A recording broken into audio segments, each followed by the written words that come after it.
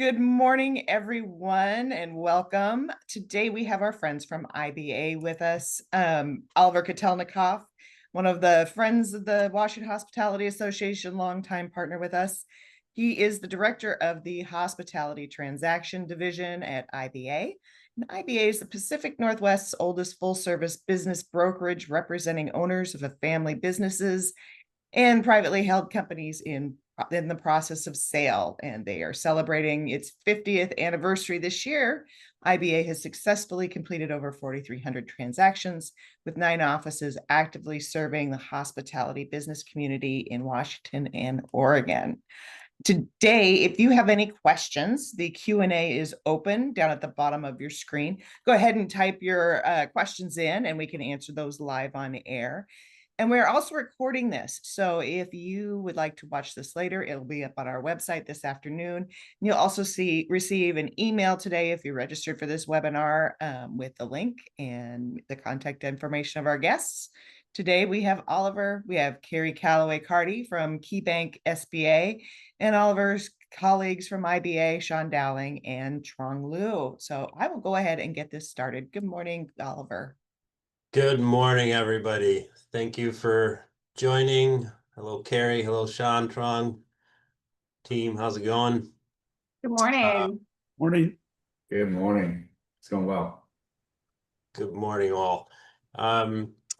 So just to kick us off, a couple words about, obviously, we're going to be talking about SBA financing, but a couple words to kick us off for how we got to this topic and a little bit about format. And the interesting thing is about financing is why would a seller, for instance, who are we talking to? Why would a seller of a privately held company be interested in how a buyer is paying for the business? And the short answer is that the process of sale, including financing, is a collaborative process. So once the terms of the deal and the contracts are negotiated for a significant part of the deal, the buyer and seller are working collaboratively to get the deal across the finish line and ensure that there's a smooth transition and a successful next chapter of the business. And so just to illustrate the point, we don't have time to cover all these topics today, but they can make good topics for future webinars. If you're interested in any of these, please type them into the chat or bring them up in questions. But where do the buyer and seller interact and cross paths, and how is it that they're working together? So things like confidentiality, buyer and seller need to work together to keep the sale confidential until a strategic disclosure is made. So how do we message the sale to how and when do the buyer and seller message the news of the sale to customers, employees, vendors, etc.? Things like site visits and equipment inspections. The buyer and seller need to work together to coordinate those, again, maintaining confidentiality. It's a touch point where they interact. Continued success of the business, elements of transition, what will happen post-transaction, what is the seller delivering in terms of training? Where does the buyer need help? Some of those topics are, the discussion begins fairly early on in the process. And then leading into today's topic, so third-party consents, there are many different entities and parties that need to sign off on the sale and on the transfer of ownership before the actual sale can take place and the transfer of ownership is completed. So this includes, for instance, the landlord. We need to work with the buyer and seller need to work collaboratively with the landlord to assign the lease. This can be the liquor board, the health department, insurance, etc. And certainly lending, right? We're talking about financing. The buyer and seller agree on terms of the deal. Carrie, oftentimes in our transactions, and you can probably relate to this, funding can be presented as sort of an afterthought. The buyer and seller agree that, in general terms, it'll be financed by an SBA loan for terms to be figured out later. And then maybe you're brought into the process 2 weeks before the anticipated closing date saying, Carrie, please, we're ready. Here are the numbers.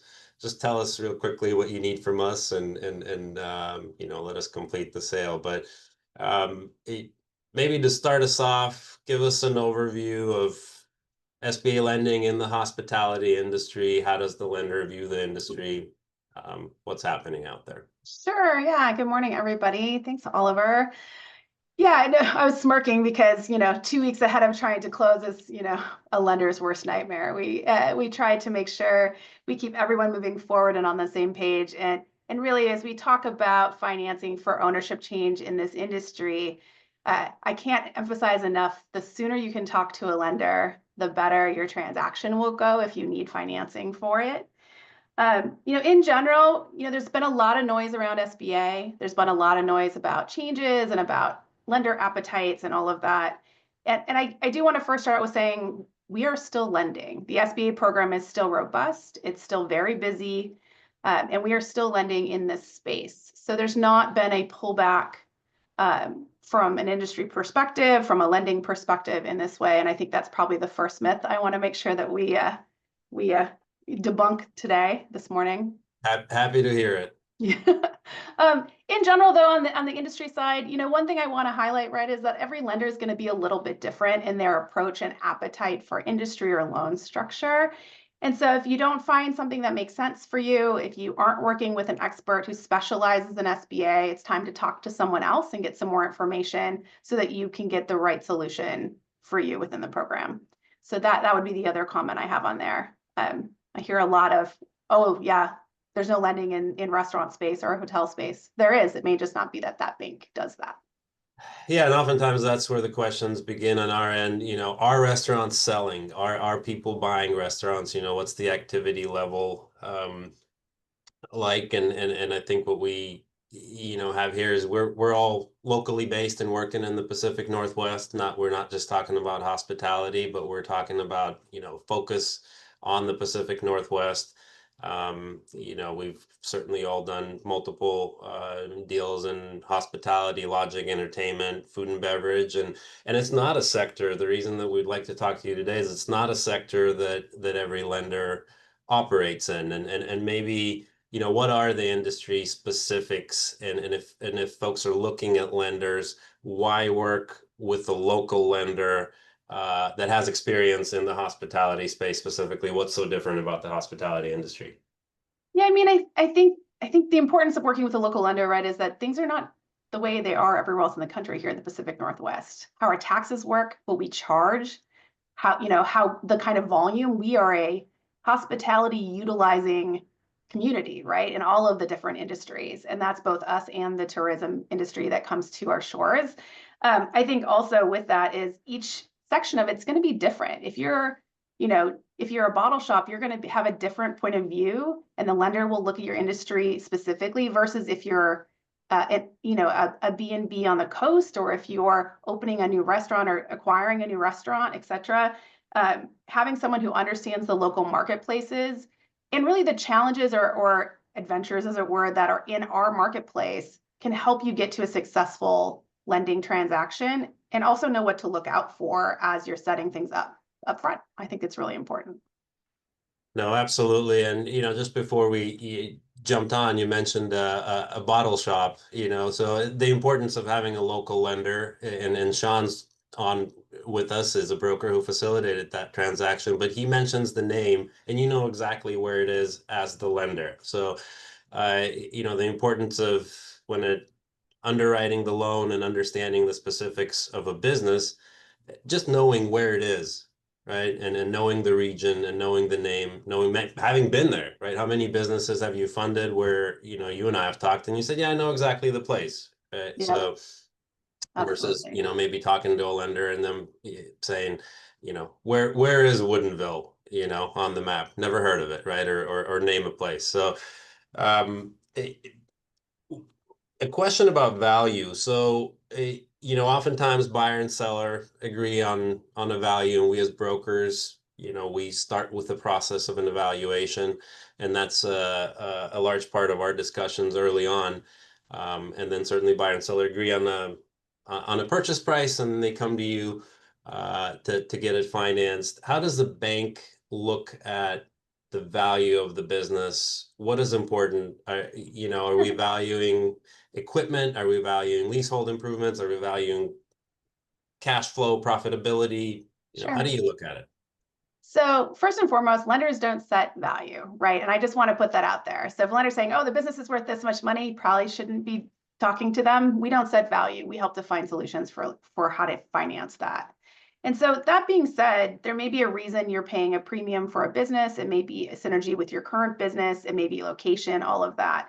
What we look at from the lender side is we do a cash flow valuation through a third-party company. A lot of banks use the same vendor. Currently, there's a few vendors, but GCF, if you want to Google one, right, is one that a lot of us use. And they're really looking at cash flow and the health of the business as it relates to other businesses in the same niche or area of industry in our marketplace. With that, Oliver, I think the other thing to keep in mind, right, is there's different lending programs. So, we've worked on a deal where there was a lot of equipment and there was real estate and other things involved. And depending on the structure and the loan program, getting an equipment valuation and an appraisal and a business valuation, while it may seem like a lot of due diligence, it can really offer a better lending option or program for a buyer and for a seller to really get into the right numbers and the right program for that option. So yeah, like I said, we don't set value, but those tools are in place for us to help essentially mitigate the risk on paper to make sure that underwriting can get comfortable and move forward with those things. And so SBA what size and scope of a deal can SBA accommodate? You mentioned the project that we're working on, can we do real estate? Can we value equipment? What are the tools at hand, that we're able to capture with an SBA loan? And what are some of those loan programs? Yeah, so most of us, if we're acquiring a business or starting up a business, are going to be looking at the SBA 7A program. And that's really what most people think about. So that's going to be non-real estate, you're not doing equipment that has useful life over 15 years, those types of things. But SBA can do more than that. So if you're a straight business without those things, $5 million is the maximum of the program today, although they're debating increasing it to 10. So we'll see where that lands this year. On the real estate side, though, it's super interesting because utilizing the energy program with what's called the 504 loan, you can maximize another $5 million in eligibility on that program. But it's kind of nuanced with first and second loan programs. But for example, we're looking at a project right now where the acquisition of the business is about $5 million. The acquisition of the building is, $5 million or so, $6 million, somewhere in there. And we could finance all of that by having that buyer install solar and work with a green consultant to qualify for that program. So not only can we do the business acquisition component, but the real estate as well. And that real estate component of the program can go up to 10, 15, $20 million or more, depending on lender appetite. So there's a lot of options there. So you're able to utilize this new green program to exceed the, what's typically a traditional cap of $5 million lifetime lending. Yeah, when there's real estate involved, and they renamed it. It's the energy something program. I can't remember what they said, but yes, it's yes. If there's real estate involved, it can get us past that $5 million cap. One other nuance, and I know it's a little nuancy, but important to know, I think too, is if you own another business in another industry and you have an SBA loan and it's not a related industry, you can use that $5 million again to buy another business that's an unrelated industry. And so that's something I think a lot of people don't know. Hey, I own, a consulting company. I did $4 million when I acquired that.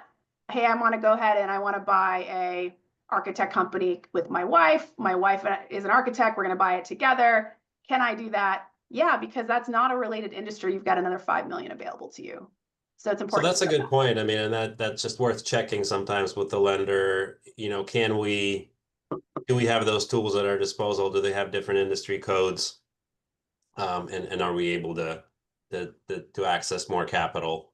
Absolutely. And that's why talking to a lender early is so important, is to figure all of that out, because a lot of people self-select out of thinking they can do what they want to do with their acquisitions because they don't know it's possible. When should they be reaching out to you? Because is there a point where it's too early, where they say, look, I really don't know what kind of business I'm looking for? Is there still, is there still a useful conversation in the early stages? Every lender is really different with their approach. There's my caveat to that comment. Yeah. That being said, for me, I've been doing this about 25 years. I probably have 40 or 50 potential buyers that have been kicking things around for anywhere between, I don't know, 6 months and 5 years. Who knows? But no, I don't think it's too early to have the conversation. You can't get a pre-qualification letter for an acquisition because it's based on the business you're going to buy, the health of that. But that lender can help you understand, how much money do I have to save for down payment and reserves? What is my buying power if that's the cash position I'm in? Do I need to seek out other investors or partners? And figuring all that out early so that you're ready when the right business comes around. I don't think it's too early ever to have that conversation. Because you don't really need to know what the business is yet to Right. have some of those pieces in place. Yeah, and it takes time to get investment groups together or to save more money or to convert a retirement account to Rob's or something else. Like, there's a lot of ways to do it, but that all takes time, and we want to make sure you're ready to be nimble when you find the right business. Okay, let's talk about experience a little bit. How is a relevant experience? And I'll pass this to Sean to weave in some of his recent activity and how experience has played a role in securing financing. But talk about, if we're buying a house, how is a business loan different than a home loan? Because this is the closest proxy that we often get is folks think it's kind of like buying a house.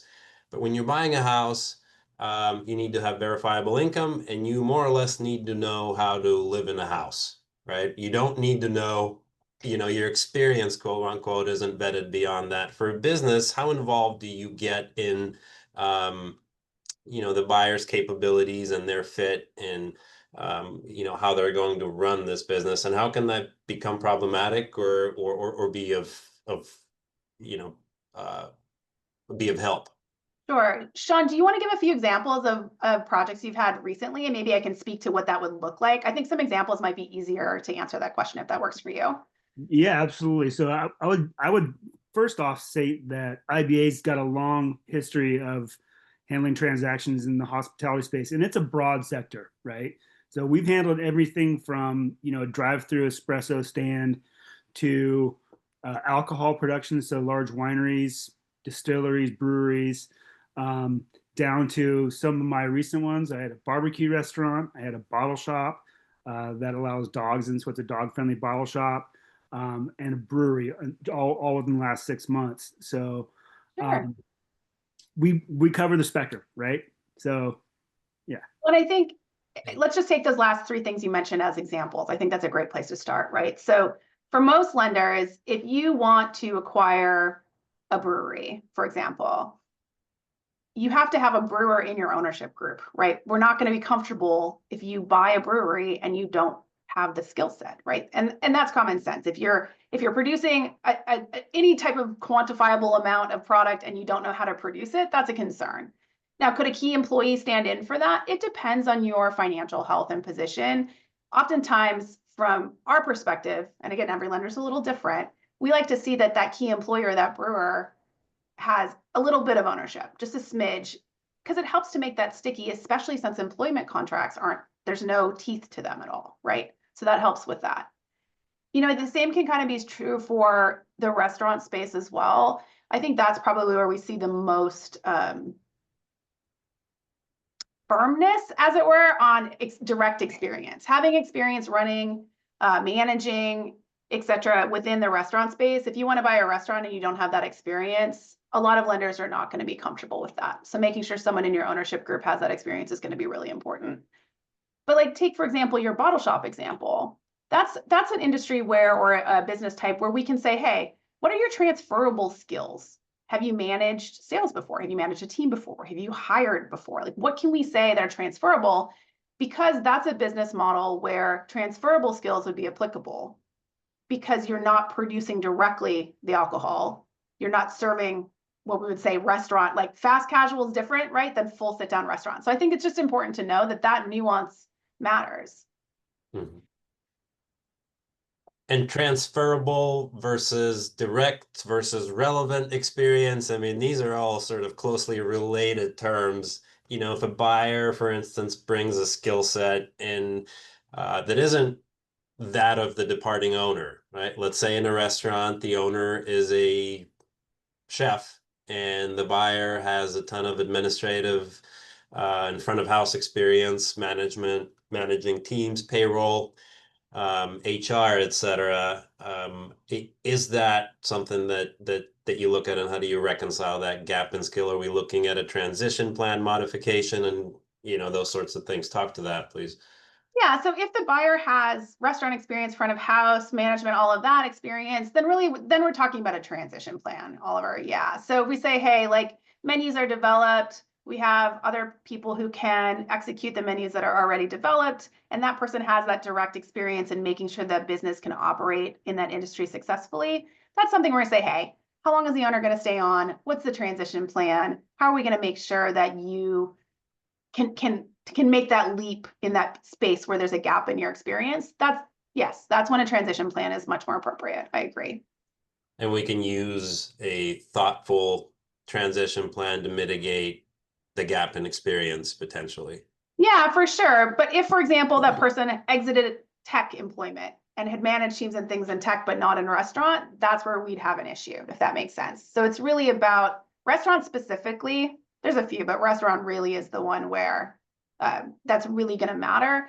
And a lot of that has to do with just our marketplace, right? The margins are thinner, wage costs are higher, but we also have, significant participation in that industry from a consumer perspective. So there's lots of pros and cons, but management in that space is really important. Now we may have folks in the audience who have multi-location companies, right? So, and then with multiple locations, one of the issues that we see is they're not performing to the same level. And we have Trong, who on the panel here with us, who recently looked at a multi-unit project. And so how important are unit economics?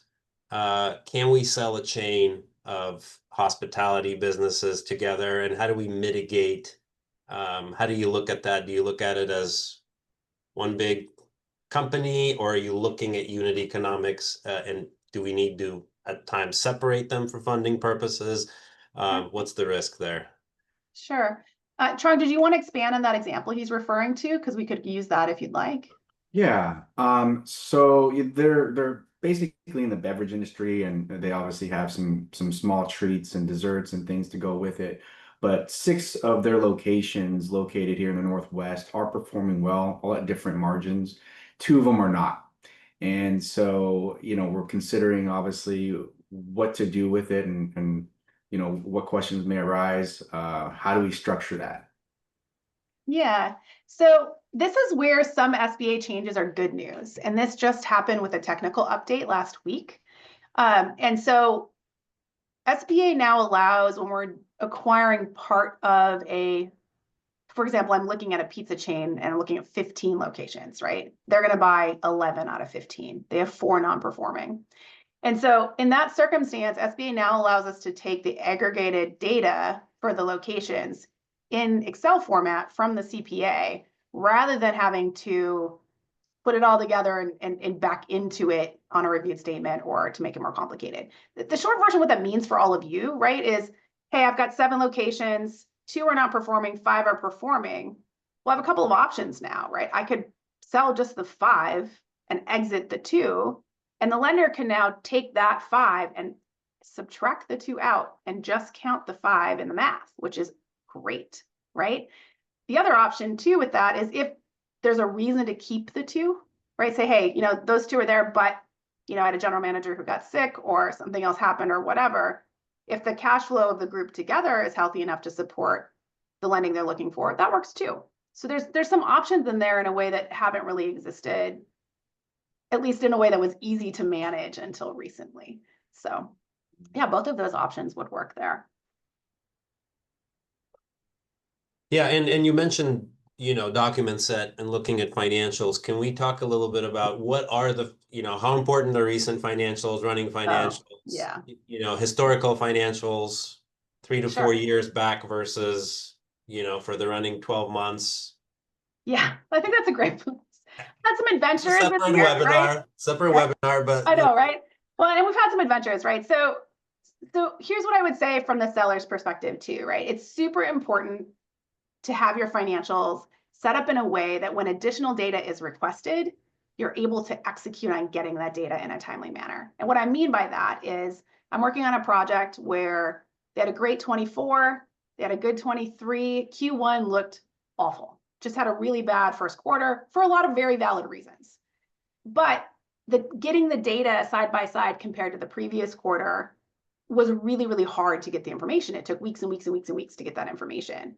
Now, fast forward a month, they had a spike because of what happened in Q1, and the numbers are now going to be fine, but then it took me another month to get those numbers. So now we're delaying your closing and your transaction when that April situation solved it and could have closed a month earlier, right? And so having them cleaned up, being able to get that data easily.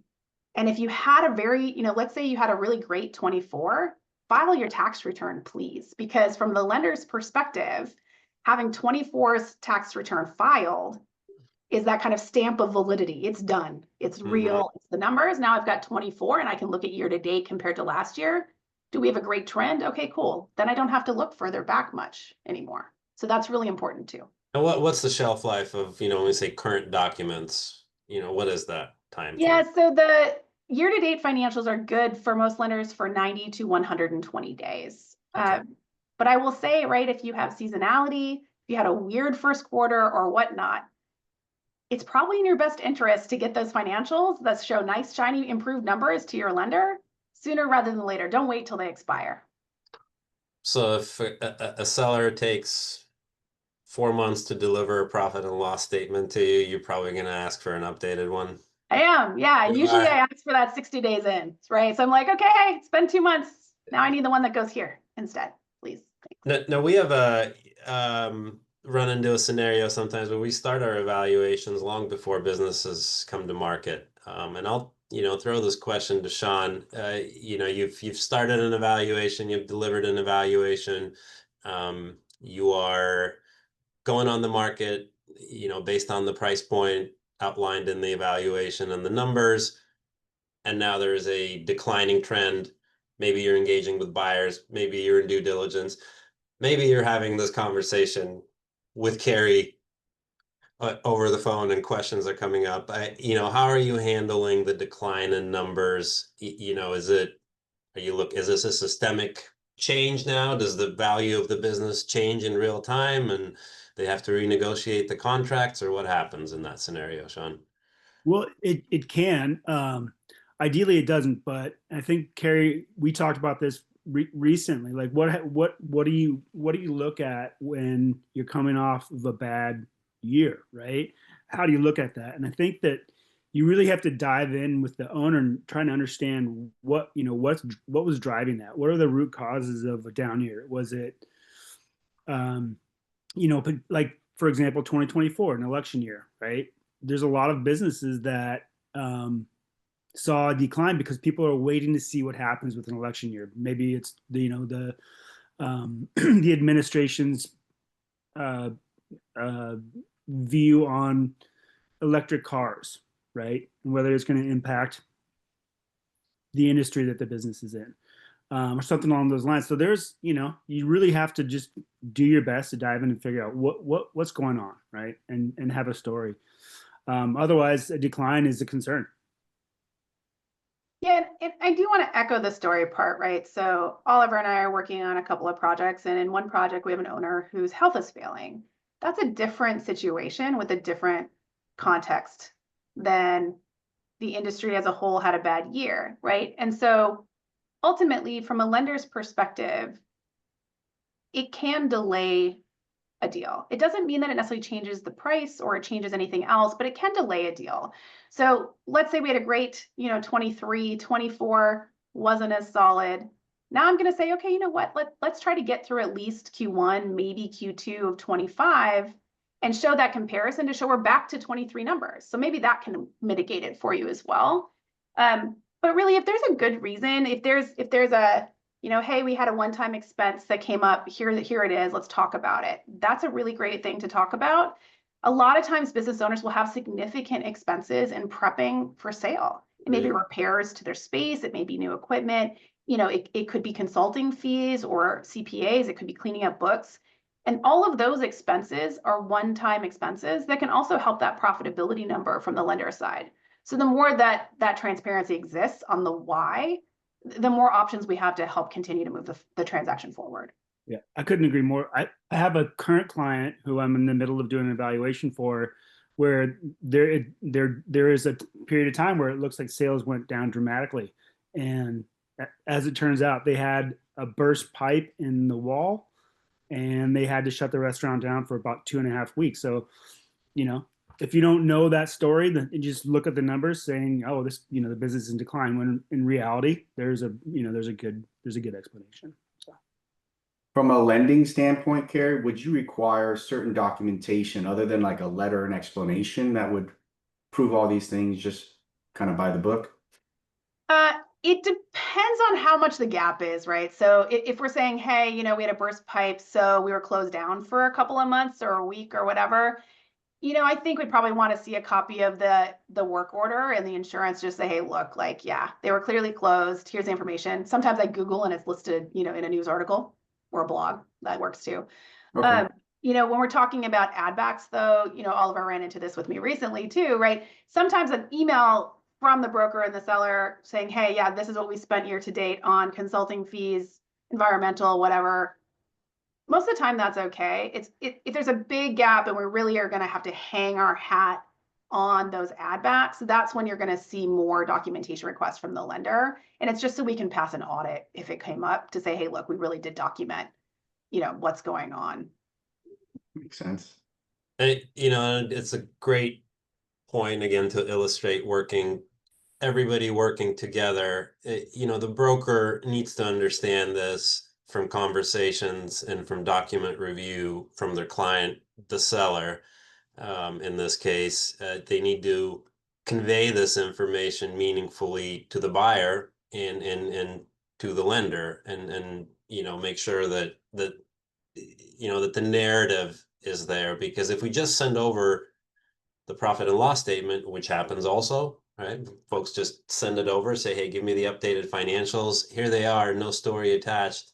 And you know, parties begin to fill in the gaps where no narrative was provided. You know, now you have sort of a larger task ahead of you in trying to explain those numbers. Whereas if you know, you're keeping tabs on that, you're understanding it, you're conveying it meaningfully to everybody, looking at it, walking around the table, looking at the transaction from everybody's point of view, because it has to make sense for everybody. You know, then we can mitigate some of those fluctuations in the financials, because they do happen, right? In retail, hospitality, any other business, you know, certainly family businesses and privately held companies, you know, health and relationships and all those kinds of things can, you know, take precedence, and life doesn't stop. We just need to be able to explain it and work together on it. Question on, you know, from the buy side, Carrie. So if the question of down payment for an SBA loan, right, comes up a lot.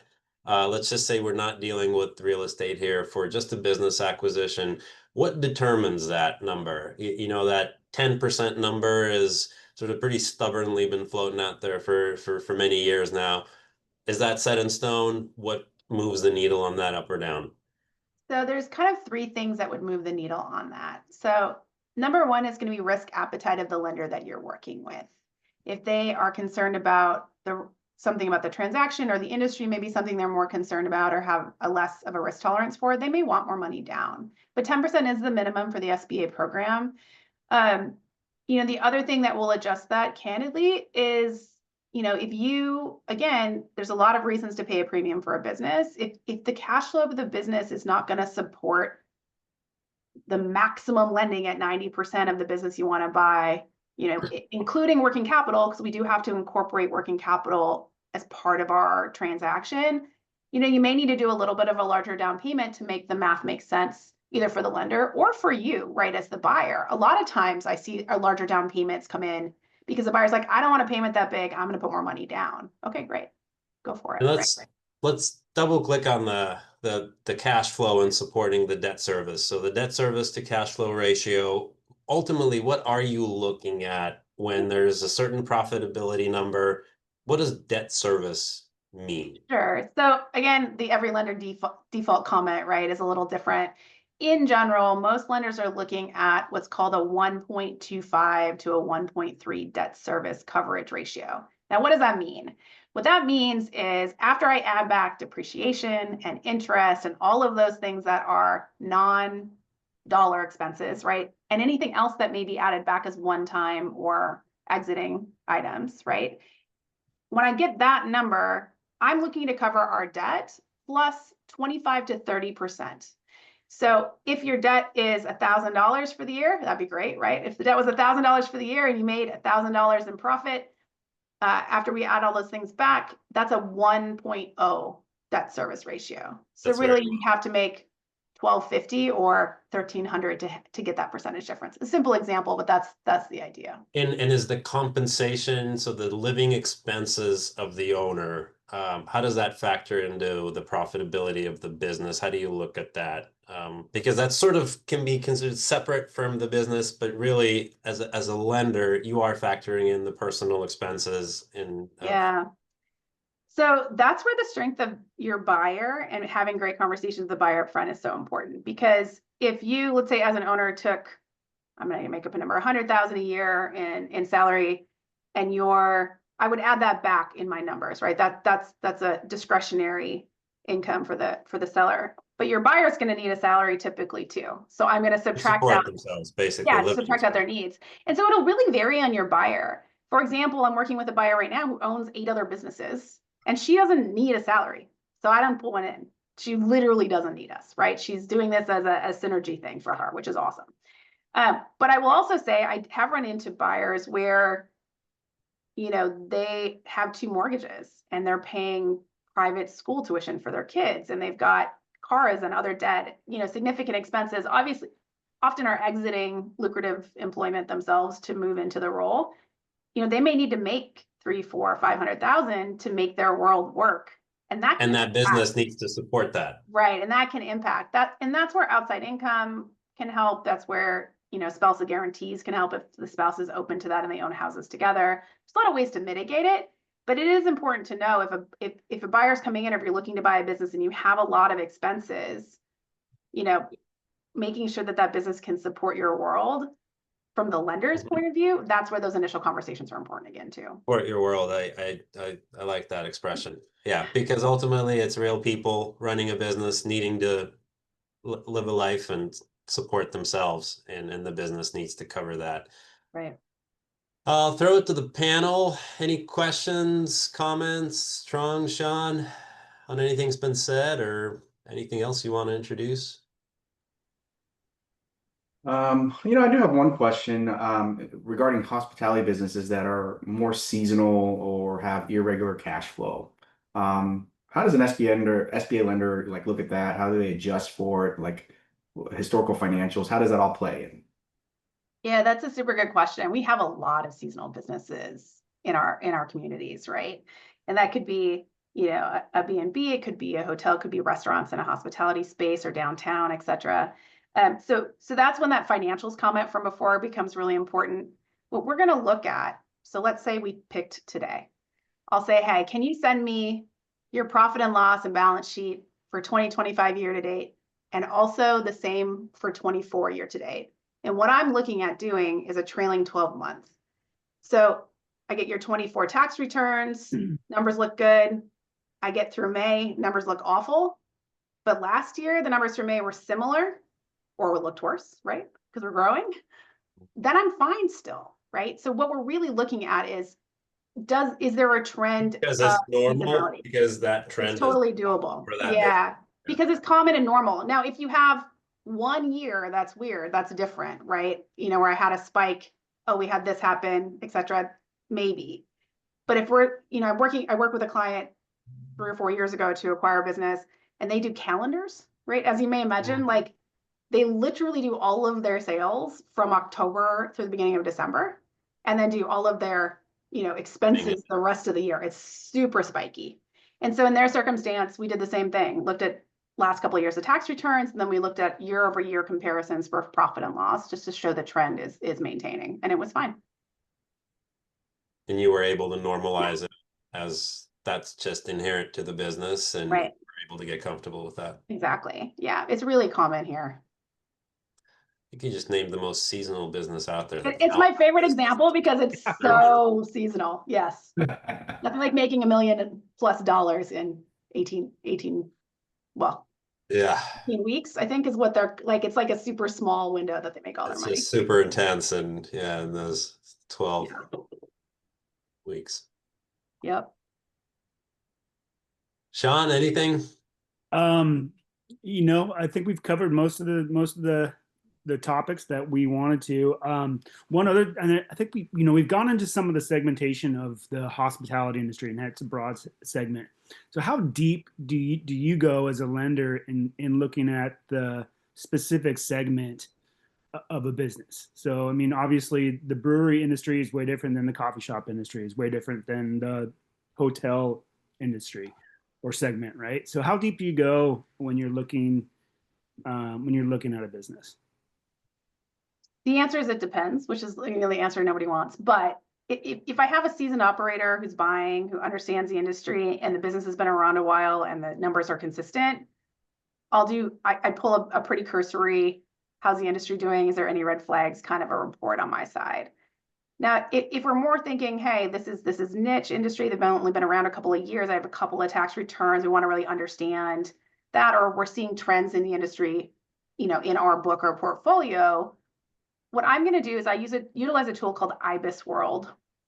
And IBIS World has industry reports. It has general trends as far as, EBITDA over revenue, which is that profitability compared to revenue levels, et cetera. I'll dig more into that as well. And if there's anyone on here who's saying, hey, I own a location, I'm going to start a second location and expand, and we're using projections, or hey, I'm gonna acquire a franchise and I need projections, that's really when we dig in very, very specifically into the financials, the data about that niche industry. Is anytime I need significant projections, that's going to be when I'm really going to be digging in further. Good stuff. Thank you. Oliver, if it's okay with you, I do want to highlight a couple of really quick, couple of really quick updates with SBA that I think are important for everyone to know. And then we'll throw it to the audience after. Is that okay? Okay, Yep. awesome. Yeah. So a couple of things I think are important to know. The biggest one being, if your lender's asking your buyer if they're a U.S. citizen or for copies of their green cards, et cetera, SBA changed this year to be 100% of acquiring ownership must be a U.S. citizen or a green card holder with a 10-year green card, not the 2-year version. And that green card has to be verified on the back end by the lender. And so it's just important to be aware of that. As you look to sell businesses, this is also true if you happen to own a subsidiary in another country that reports through your business's tax return. Talk to your lender sooner rather than later. There's some nuancy adventures with all of this around US-based businesses and proceeds. So if either of those are even kind of in the picture, talk to a lender early would be my comment. Just make sure we get on the same page. It's a great point. It's, we get focused on operations and financials. But the questions of citizenship and documentation on that front have become more and more center. Yeah, they have. I think the other thing to be aware of too is SBA is being more picky in making sure that we document reserves from your buyers. So as you're thinking about someone who wants to buy your business and you're talking to them, that down payment component of it is not just the cash for the down payment. They also need to have reserves as well. Post-close cash. So typically I say, hey, if you're going to buy a business, assume you need 15%, even though 10% is the down payment, that other 5% is that post-close. Yeah, you don't want to spend your last dollar in the down payment. You don't, right? You don't want to spend your last dollar down payment. It doesn't set you up for success. And from a seller side, it doesn't set your transition up for success either, right? So what you're both saying is the 5% SBA loan doesn't work. Right. There's actually a program for that with seller carry standby, and it's super complicated and an adventure. So if anybody wants to do that, talk to a lender. But And we didn't get to the seller financing portion and the seller carrying. We may still, but I wanted to check and see if there are any questions from the audience on this or anything else. There's 2 in the Q&A. Yes. I don't know if this would be a question for you guys or if it'd be for a lender, but do you guys have any information about refinancing? I think that's Carrie. yeah, so can you refi? Yes. Depends on what it is and what the money was used for is the answer. Most SBA loans that are used for acquisition, there's not really a great tool to refi them because most of the industries we're working with are service industries. So there's not really any collateral. Traditional lending is typically collateral based versus SBA, which doesn't require you to have one-to-one collateral. It doesn't really even require collateral necessarily if it's not available. It's an important distinction, but it also means that from a refi perspective, for most of what we work with, there's not enough physical assets to move it into a traditional loan. So if that's the refi question, that's that. The other part of the refi question is if you have a seller carry note, and I think, is that the other question that's there? It looks like it is. If you have a seller carry note that you have done with someone because you sold your business, or if you've bought a business and there's a seller carry note out there, every lender's rules are a little different if you have traditional lending. If you don't have any lending and you've made at least two years of payments on it, SBA has a lot of options to refi that seller carry note. And so that's a pretty common thing to do. If you have lending, you can still refi most seller carry notes, but you'd want to talk to your current lender because they would have the structure and the rules about all of that for you. But yeah, there's quite a few options. They're really looking at least 2 years of payments, on-time payments history before a seller carry refi can be possible on SBA. And that was the answer to that second question. That was great. Yeah. Okay. All right. And yeah, it looks like somebody's looking for a hotel with real asset refinancing. Is that the same question clarifying Thanks. hotel Yeah.